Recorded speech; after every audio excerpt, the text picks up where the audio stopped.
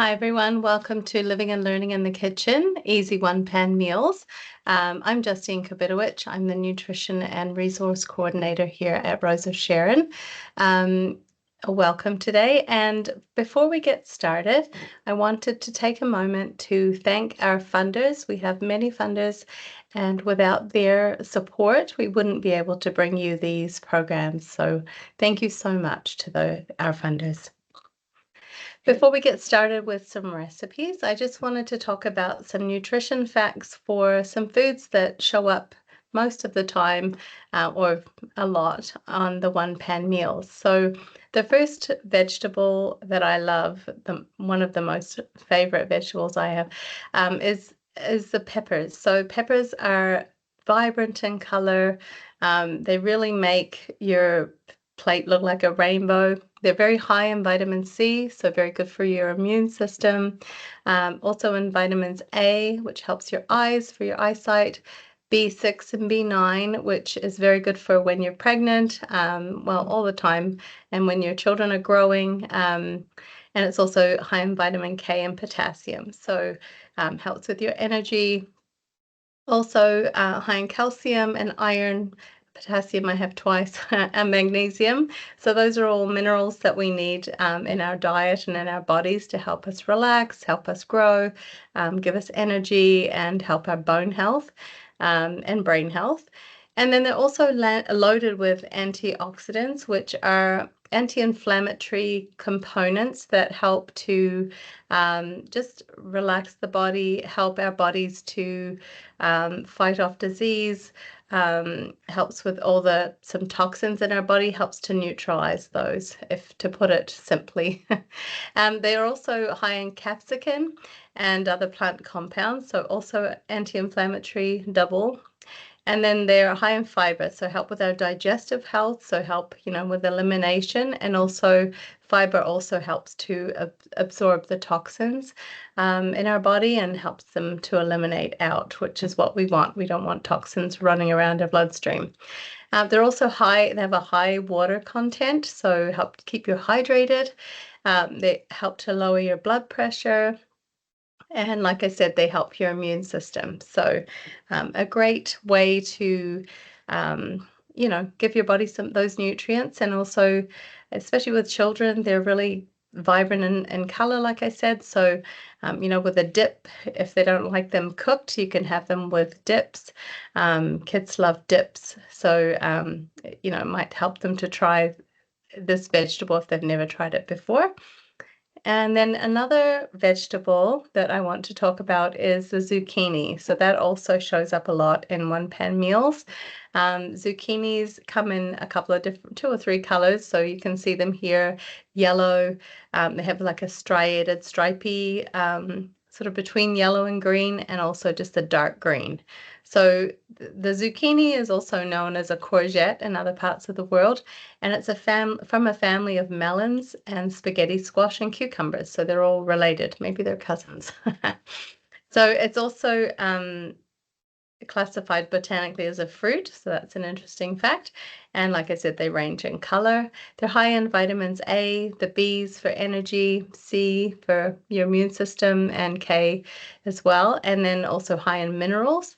And better to keep the skin on. You get more fiber. You get all of those nutrients as well. And then also high in those antioxidants, which help with their anti-inflammatory. And then they also have a high water content. So a really brilliant way to get those greens in or yellows, the fiber. So yeah, give those a try. So some of the best things about one pan meals, they're quick and easy, and they can be prepped. You can prep the vegetables the day before if to save time, especially if you have a busy day. Well, let's face it, when you're a parent, you're always busy. So, thinking ahead of ways to minimize the time in the kitchen, and doing the chopping when it's quiet, or even having your children help you chop up, that definitely it takes a little bit longer, but it definitely is a way to get your kids connected to the food that they're eating. And I found with my children, it helps them to try things if they've helped prepare it. So the other benefit for one-pan meals is there's less dishes. So you put everything on the pan, and that's your messiest thing to clean up at the end of your meal. It's a great way to use veggies. You can use veggies from your fridge, so you can, even if a recipe calls for certain vegetables, if you don't have them or if you have other ones, you can throw them on the pan and guaranteed to be delicious. You could also use frozen, you can buy those frozen packs of like stir-fry veggies or broccoli and cauliflower. You can also use those as well. Just keep in mind that they might be a little bit more watery. So you might want to put parchment down underneath your tray, and then if it gets too watery when you're cooking, you can just dab it with a paper towel just to soak up some of the water. You can use canned vegetables for these, but depends on the vegetable. If it's a harder vegetable, that's okay. Things like peas, that kind of thing might get a bit too mushy. And then they're really versatile. So you can reinvent your meal. So say you make like a chicken with chickpeas, and you have them with vegetables, and one day you have them with pasta or rice. You could reinvent it into a butter bowl, make some quinoa, or make some fries to go with it. You can just reinvent it a couple of days later as a different meal, but you don't have to do all the work. So you just add one or two more things, and then you have a totally different meal, or add a dip or things like that. So it can be, if you make a couple of pans at a time, then you're saving yourself time for a couple of days later, or even the next day. And then it's, I was talking about the vibrant color of vegetables. So I like to say, try and eat the rainbow. So in a week, try and eat all the colors of the rainbow. It doesn't have to be all in one day, but this is a way to get a lot of variety of colors. The more color, the more nutrition that you're getting. And it's just, eating isn't just about throwing food in your face. It's also about the joy of eating, looking at it, and, having your mouth salivate when you look at food, and that's part of where digestion starts. So you want to have things that are pleasing to the eye, and then that also helps you digest better. And then one-pan meals are never boring, so you can check out Pinterest, or just Google the ingredients you have, and all kinds of recipes come up. I'm going to share some today, but there's a plethora out there. You can find different meal types, like for breakfast, for lunch, for dinner. You can make one-pan meal pancakes, which is pretty cool. Or even mac and cheese. There's just so many. So get creative, and just use your Google search, and it really does help, especially, when you look in the fridge or the freezer or the cupboard and you go, oh, I only have this. Well, Google a recipe and you'll find something that you can make that you've probably never tried before. So this is one of my favorite recipes. You might find I like to share chicken recipes, but basically you could use any kind of meat with this. I've just chosen the chicken with rainbow vegetables. I just love all the colors, like I said. So it's got sweet potato and chicken, broccoli, red bell pepper, zucchini, and then it has a zest of lemon, which is kind of fun. But if you don't like the lemon flavor, just take that part out or use limes. It's got your Italian seasoning, garlic powder, onion powder, and also Parmesan cheese, which also gives it that really cheesy flavor at the end. So it's a very easy recipe. What I would suggest is, if you want to, I'm not going to talk through all the recipes. I'm going to talk to them, but you can take screenshots with your phone and save them for later. But these are some really great recipes that you can try. This one's very easy. You just put everything together. Well, first you want to put your sweet potatoes, do your sweet potatoes first, because they're the hardest vegetable and they take longer.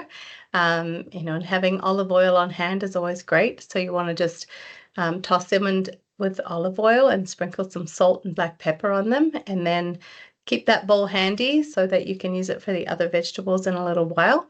And then put your sweet potatoes in for 10 minutes so that they start to cook a little bit ahead of time, because you don't want the other vegetables to be really soggy. If you were to put them all together, then they would be too soggy.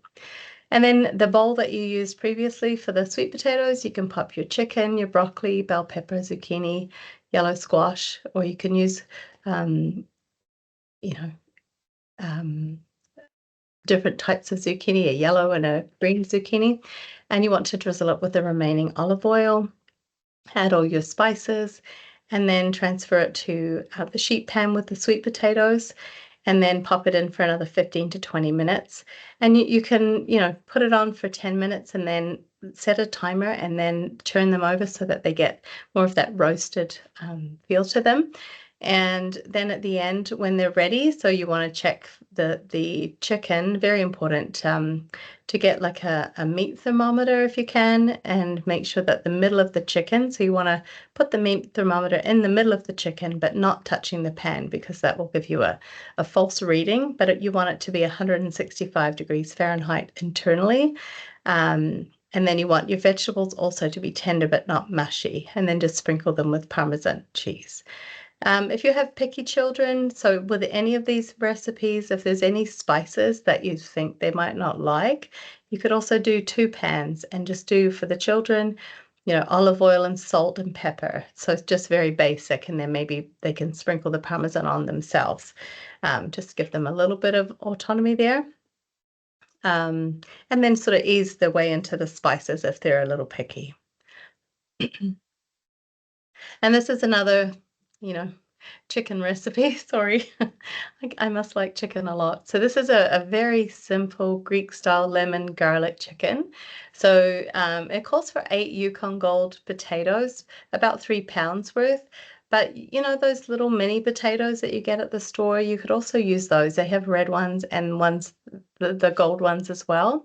And a cup of pitted green olives, and then use bone-in chicken thighs. But if you they take a little bit longer to cook, so it looks like it's about 60 to 70 minutes. But then if you want to use boneless chicken thighs, they take about 40 minutes. So you would probably need to put your potatoes or your vegetables on first for 20 minutes, and then put in your chicken.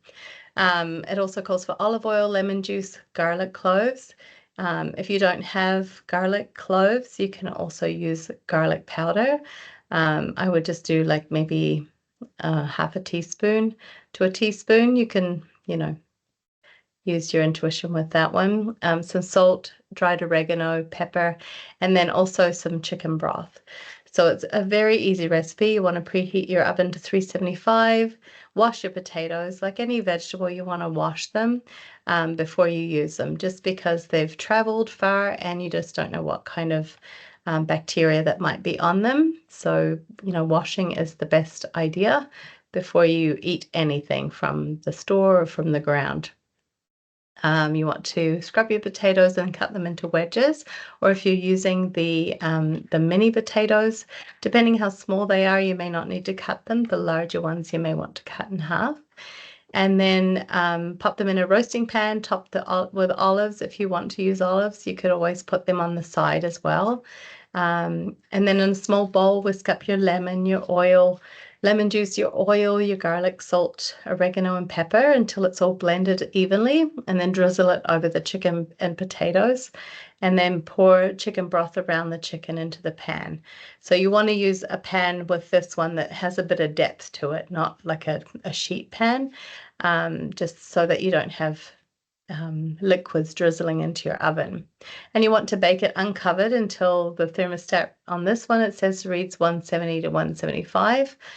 For food safety, 165 is the lowest you want to go for the internal temperature, and make sure your potatoes are tender. So just you can use a knife or a fork to pierce those just to see, if it comes out fast, you know that it's cooked. And then you can serve it with the pan juices. So when you put it on the plate, you can just drizzle the juices onto on top of the vegetables and the chicken. That sounds super yummy. And then if you're feeling like a Mexican night, this is a really yummy recipe. It can be a little spicy, so if you have, like I said, if you have children that don't like the spice, then you can do 2 separate pans, or cut it in half and do 2 separate pans, or double it. So you can use beef or chicken for this recipe. So it's about 1.5 pounds, so you can cut either one into strips. And then, just make sure you're using a separate chopping board for your meat and then a knife, and then your vegetables. So they're a completely separate, chopping board and knife, so that you're not cross-contaminating with any bacteria or anything like that. This one also calls for yellow, red, and orange bell peppers. So there's your colors again. Red onion, which is super yummy with this recipe. Garlic minced. You could also use garlic powder. Garlic minced does have a lot more of a stronger flavor, so you can choose whichever you like. If you're not sure how much to use, you can also Google, how do I replace 3 cloves of minced garlic with garlic powder, and it'll tell you on Google how much that would be. This also calls for olive oil, and then 1/4 cup of chopped fresh cilantro leaves, which not everyone loves cilantro, so you could also put that on the side.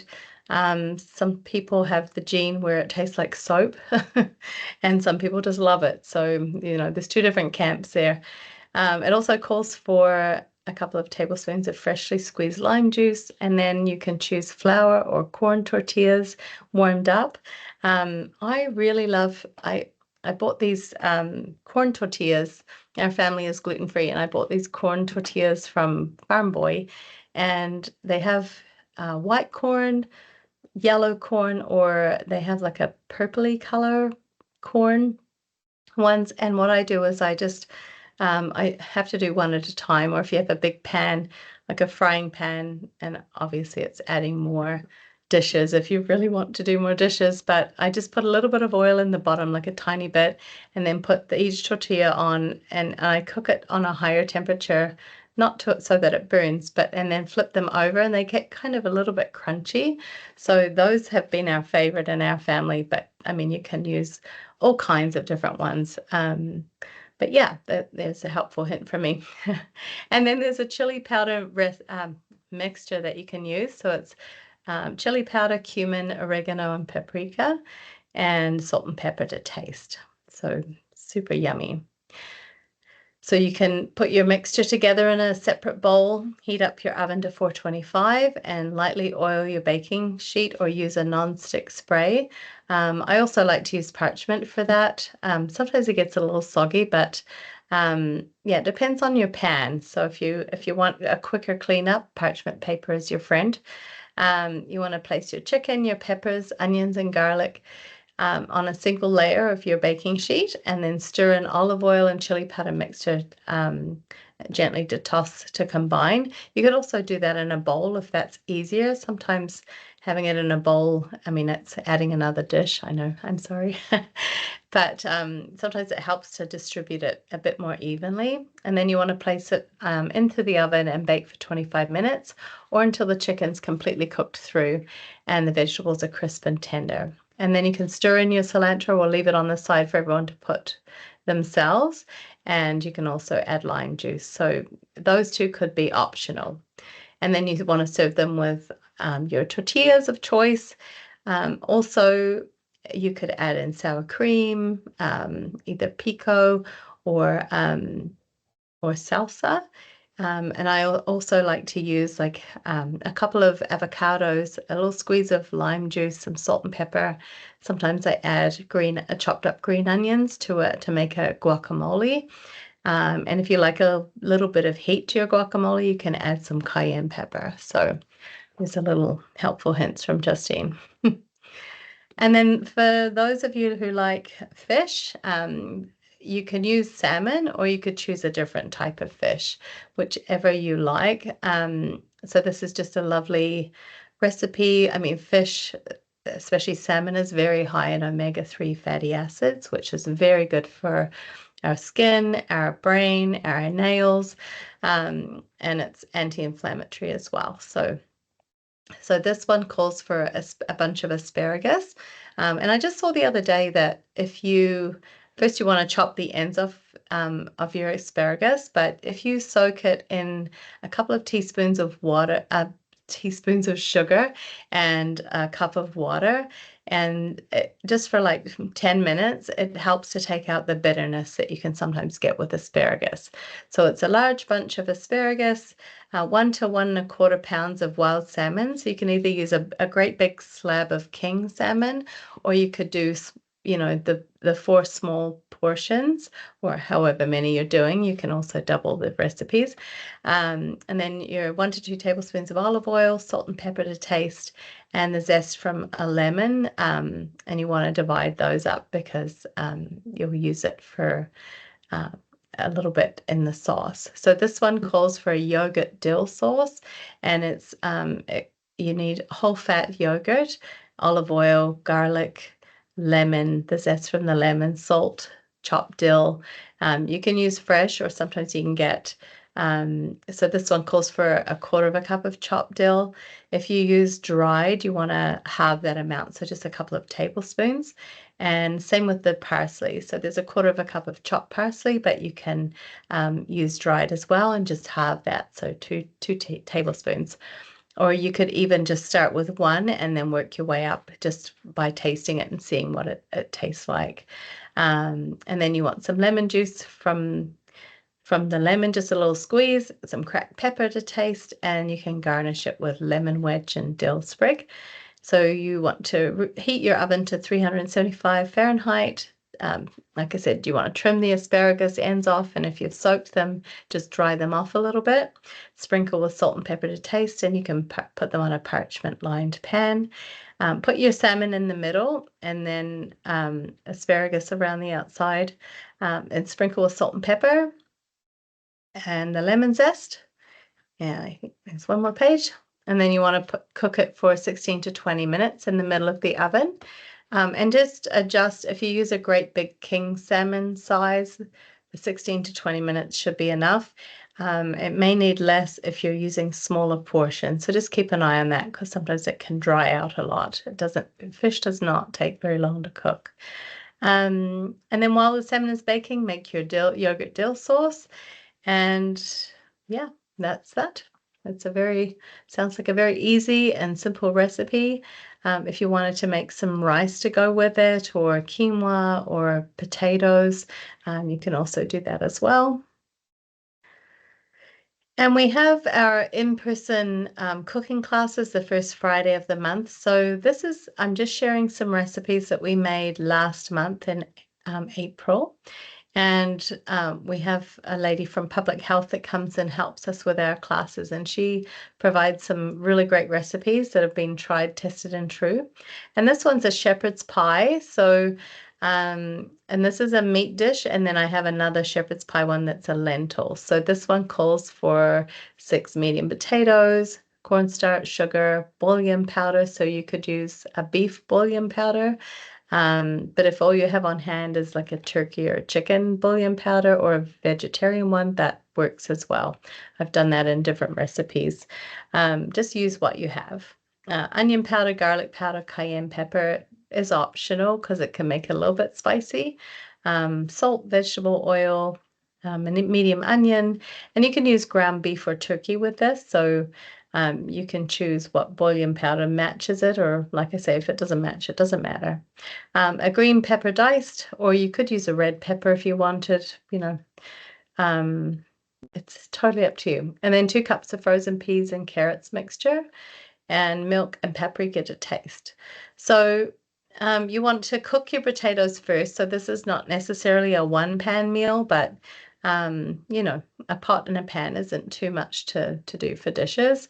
So you want to put your potatoes quartered like chopped 1 time in half and then in quarter, and bring the water to boil and cook the potatoes until they're tender. You pierce with a fork. And then you want to drain that water out once they're cooked, and then there'll be more more instructions coming up. And then you want to combine in a separate bowl, combine your cornstarch, sugar, bouillon powder, onion powder, garlic powder, cayenne pepper if you're using, and salt, and set aside. And then, like I said, you want over a medium heat cook your potatoes, and then bring them to a boil and then turn them down. So over a medium high heat your oil in a large skillet and add your onion and cook for 5 minutes. Keep an eye on that. Sometimes if it's too high, then you want to turn it down if your onion starts turning brown too quickly. You want to stir it occasionally so that it mixes it all around and gets an even heat. Add your ground beef or turkey and cook until the meat's evenly cooked, and then you want to drain it. Sometimes there's a lot of fat that you can drain off just to take that out of the mixture. Otherwise, it kind of tastes a bit gross. Then add your green pepper, frozen vegetables, and spice mixture and cook until everything is tender. Place your beef mixture into the bottom of a square pan, or you can use a rectangle pan, spreading it evenly onto the bottom, and then drain and mash your cooked potatoes, adding milk while mashing. I like to add a little bit of butter to it as well, and then you want to add salt and pepper as well, just to taste, just to make sure that it isn't too bland. And then sprinkle the potatoes with paprika. Sometimes I like to add a little bit of grated cheese if you like that on top. That always is a nice touch. Bake in a preheated oven on 350 Fahrenheit for 20 to 25 minutes. You'll see it kind of bubbling, so you'll know when it's ready. And alternatively, if you're a vegetarian or you want to just have a meat-free night, like meat-free Monday or something, this is a really delicious recipe made with lentils. Lentils are, really high in protein, high in fiber, and really great for giving you energy, full of minerals and vitamins. So this one calls for vegetable broth, soy sauce, cornstarch. This one uses russet potatoes, and mushrooms, onion, carrot, fresh thyme, or you can use dried thyme, a can of lentils, drained and rinsed, and some fresh parsley, but you can also use dried parsley, a quarter cup of milk, and 2 tablespoons of butter or margarine. So this recipe shows you how to cook the potatoes in the microwave. I'm not a huge fan of that, but I just wanted to show you so that, if you're in a hurry, this can be a somewhat quicker way to do it. So you want to keep the skin on the potatoes and microwave them on high. So you want to pierce them with a fork first, all around, and then so it's 8 to 10 minutes. It may take longer if they're really large. And sometimes I've found cooking them with wrapped in a paper towel makes them cook faster, just so they have a little bit of more of a casing, not just the skin. And I would do them maybe for 5 minutes and then turn them over as well.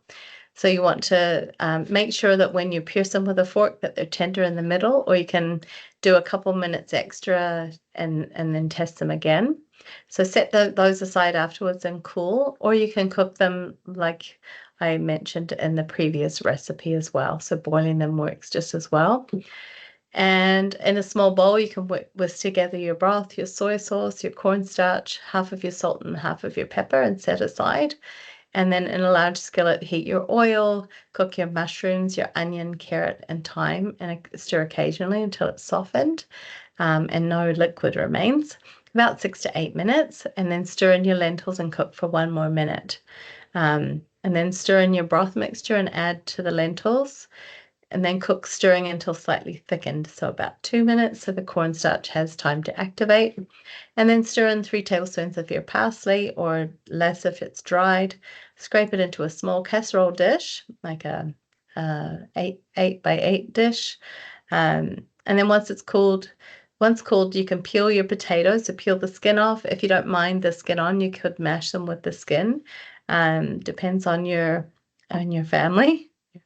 And then using a potato masher, you can mash the potatoes, the milk. You can add adds butter or margarine. and that some of the remaining parsley, if your family doesn't mind green things in their potatoes.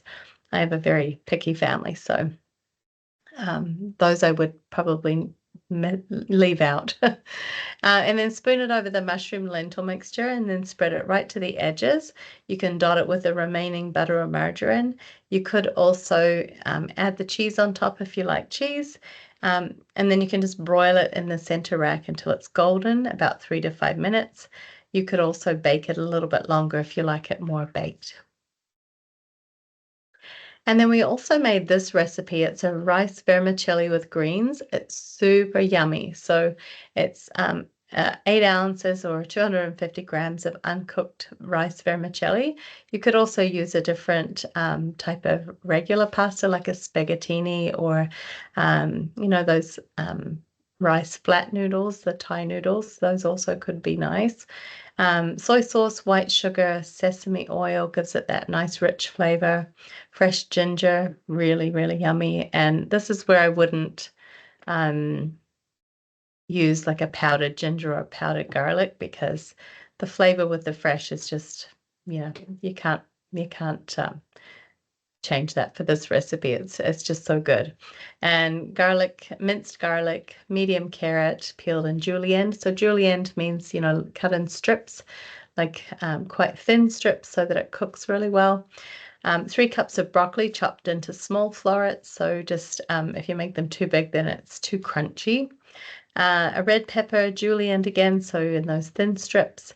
Bok choy chopped up and vegetable oil.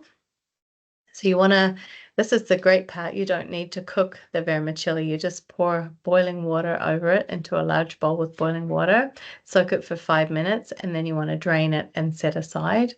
And then in a small bowl, mix together your soy sauce, your sugar, your sesame oil, and set that aside.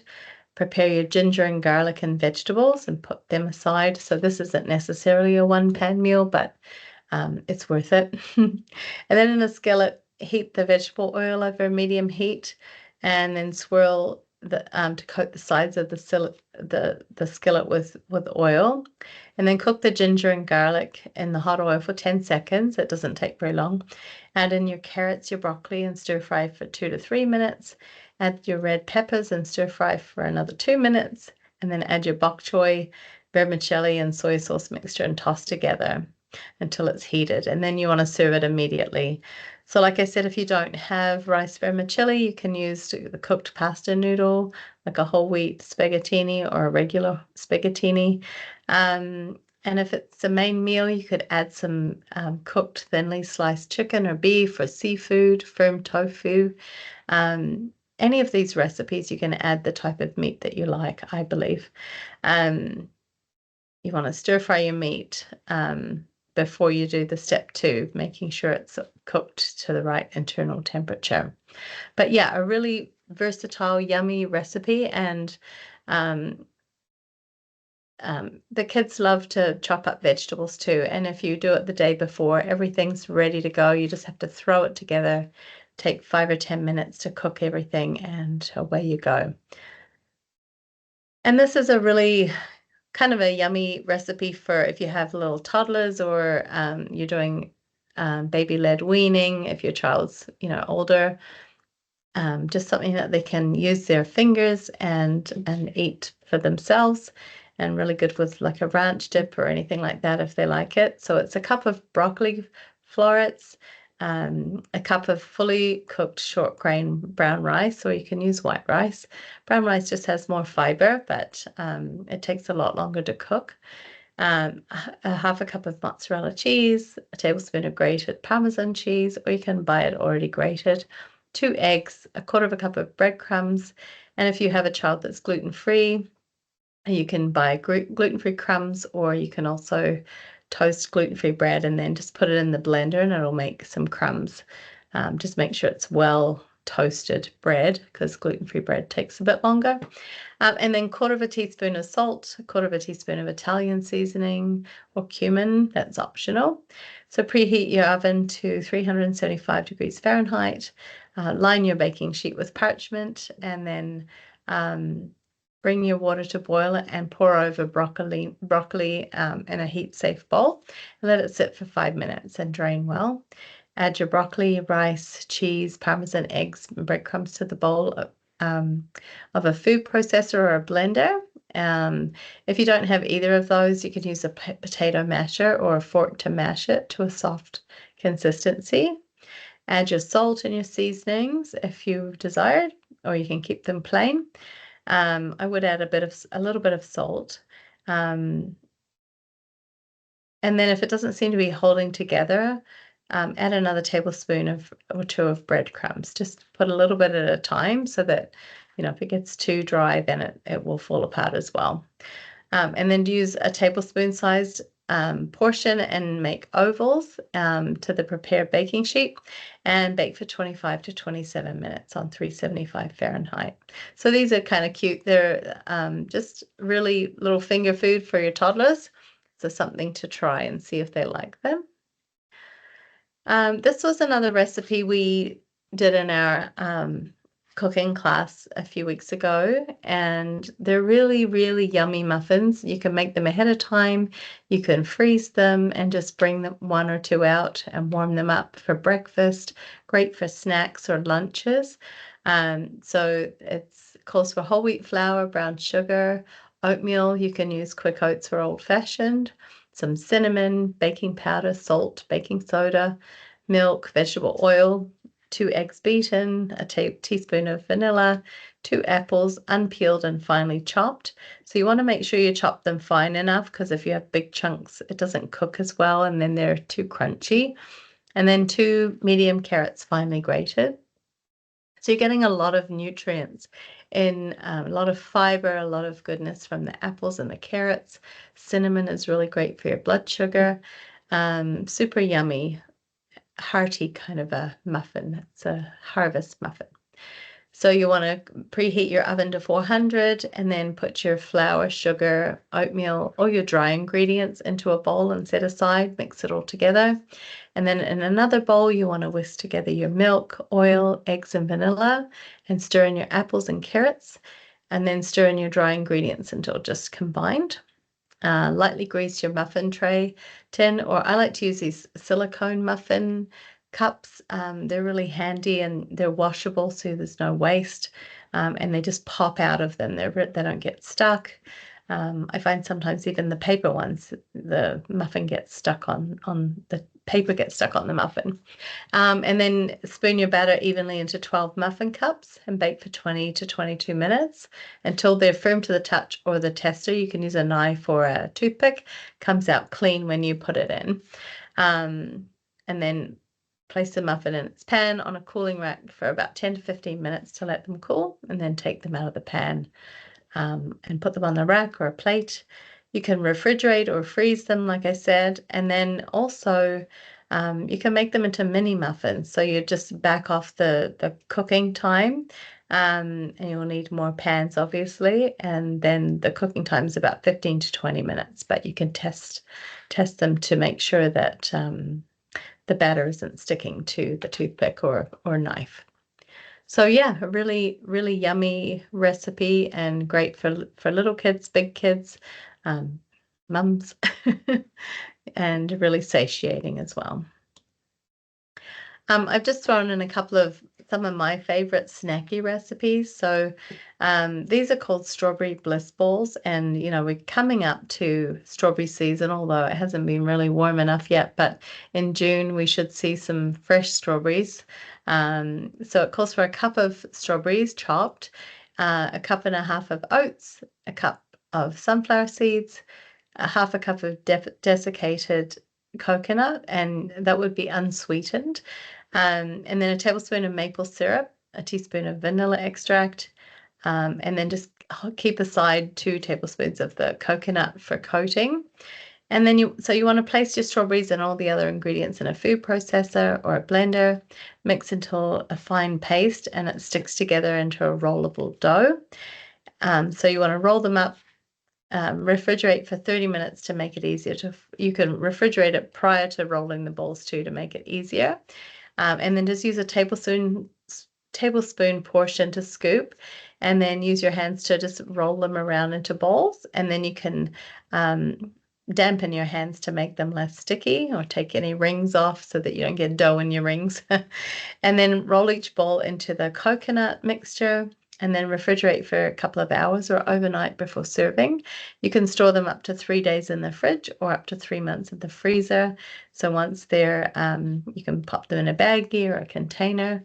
Super yummy to grab when you're on the run and need a quick snack. And, you know, there's a little bit of protein there from the sunflower seeds, and lots of goodness from the strawberries, and a little sweetness from the maple syrup, and lots of fiber from the oats. So a really good little pick-me-up snack for the middle of the afternoon if you get that lull. And this is another favorite. So it's a yogurt bark with berries, and you could use any kinds of berries. So this one calls for strawberries and blueberries, but you know, obviously you could use blackberries or raspberries. So it's 2 cups of plain yogurt, 3 tablespoons of maple syrup or honey. So just with honey, if you're going to give this to any children under 1, I would use maple syrup, because honey isn't for any children under 1. And then 1/2 teaspoon of lemon juice, 2 cups of berries of choice, so blueberries, strawberries, or a combination, or whatever you choose, and granola. So you can choose to leave the granola out, or you can leave it in. Chop your strawberries, if you're using them, into smaller pieces. And like I said, don't use your honey for children under 1. So line your baking sheet with wax paper so that it doesn't stick, and it's easier to kind of lift up at the end. In a large bowl, combine your yogurt, your maple syrup, vanilla, and lemon juice, and whisk until combined. Transfer it to your prepared baking sheet and spread it around so it's even thickness. Top with your berries and sprinkle granola if you're using, and freeze it for about 2 to 3 hours or until firm. And yeah, it's a great way to have a little snack on hand, a little bit of lot of protein there, and fiber, and fruity goodness. Also, if you have a child that doesn't like all the chunks, you can blend up the strawberries, the yogurt, and the blueberries, and then make little yogurt dots. So, you know, you can just put little drops onto parchment paper and put it in the freezer and make your own fresh yogurt drops. And then once they're frozen from the tray, then you can pop them into baggies or a container, and it's something you can grab when your little one gets hungry or hangry. And it's fun for them to pick up with their little fingers. It's good fine motor lessons for them. And here's a little fun thing. It is edible, but they probably won't want to eat too much of it. I'm sure it's not very tasty. So this is a homemade edible finger paint for babies or toddlers. Really important to get your toddlers or babies used to different textures. So, and having different colors for them to sort of rub their hands in and make different colors with the combinations is really a great learning and development tool, and easy to make. So it's good for creativity and expression, helps with their fine motor skills, their hand-eye coordination and control, cause and effect. So if I do this, this will happen. Like if I put that there, that'll get dirty. Helps with their concentration, language development, and exploring new senses and discovering new textures, like I said. So you can, you know, what I used to do with my kids is just line the floor with paper and just leave them in a diaper and let them get messy. Not everyone's into that, but it just seemed to be the easiest way to let them have fun within a limited area. And obviously the doors would be closed to any other areas to keep the paint from traveling around the house. So it's very easy to make. It's 4 tablespoons of cornstarch, cold water, a cup of boiling water, and then your food coloring. So you can have different colors, or if you just have one color and white, then that works too. So in a medium saucepan or pot, mix your cornstarch with enough cold water to make a paste, not too runny, and then pour in a cup of boiling water and stir thoroughly so there's no lumps. Turn on medium heat on the stove and mix it up. The mixture will start to change and you'll notice some clear streaks forming in the mixture. And then once you see this, turn off the heat and continue stirring, and it'll start to thicken. So cornstarch is a good thickener. And it'll turn into a wonderful custard-like consistency, so a thick sauce consistency. And then spoon equal amounts into empty jars or cups that have lids, and then add your food coloring, and so mix that in. You can mix with either a spoon or a toothpick. It's really great. And then for each color, you want to add 3 drops of the 3 drops of the food coloring.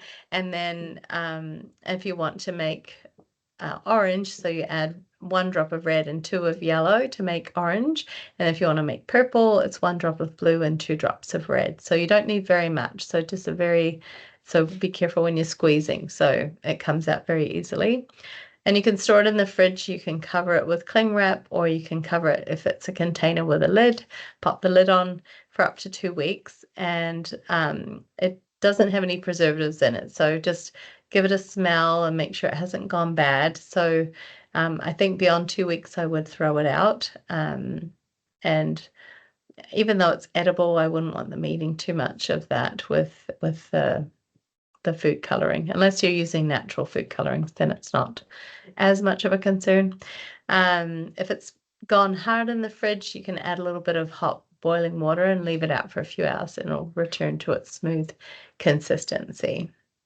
So give that a try. And if you try any of these recipes, I'd love to hear from you. And if you're part of our food security program and you're watching this, I'd love to hear back from you. Well, it's actually mandatory if I've sent this to you to send me the answers to 1 or 2 of these questions. So but before that, if you would like to share pictures of things that you're making, or feedback of what you would like to learn about in the future, I'm open to any ideas. I love to create content that is helpful to you. So let me know if you learned anything today that was helpful, something that you didn't know, or if there's a recipe that you'd might try for your family, or if there's recipes or things that you want to know about, let me know. It's Justine, and you can reach me by text or phone. It's 289-301-9946, or you can email me jkobitowicz@roseofsharon.com. And like I said, I really want to create content that is helpful. So the feedback that you give me, I always take it into consideration, and really that's the purpose of my job, is to help you out with recipes. And if you have nutrition questions, you can let me know. I'm here to help. So thank you for listening today. I just want to mention that we're always on social media. So we have a website, roseofsharon.com.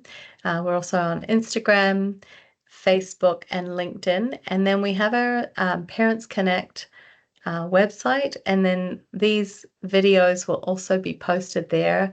Not right away, but you can find them there. So if there's something that you missed and you want to hear again, you can watch it there, or you can message me and I can resend the link.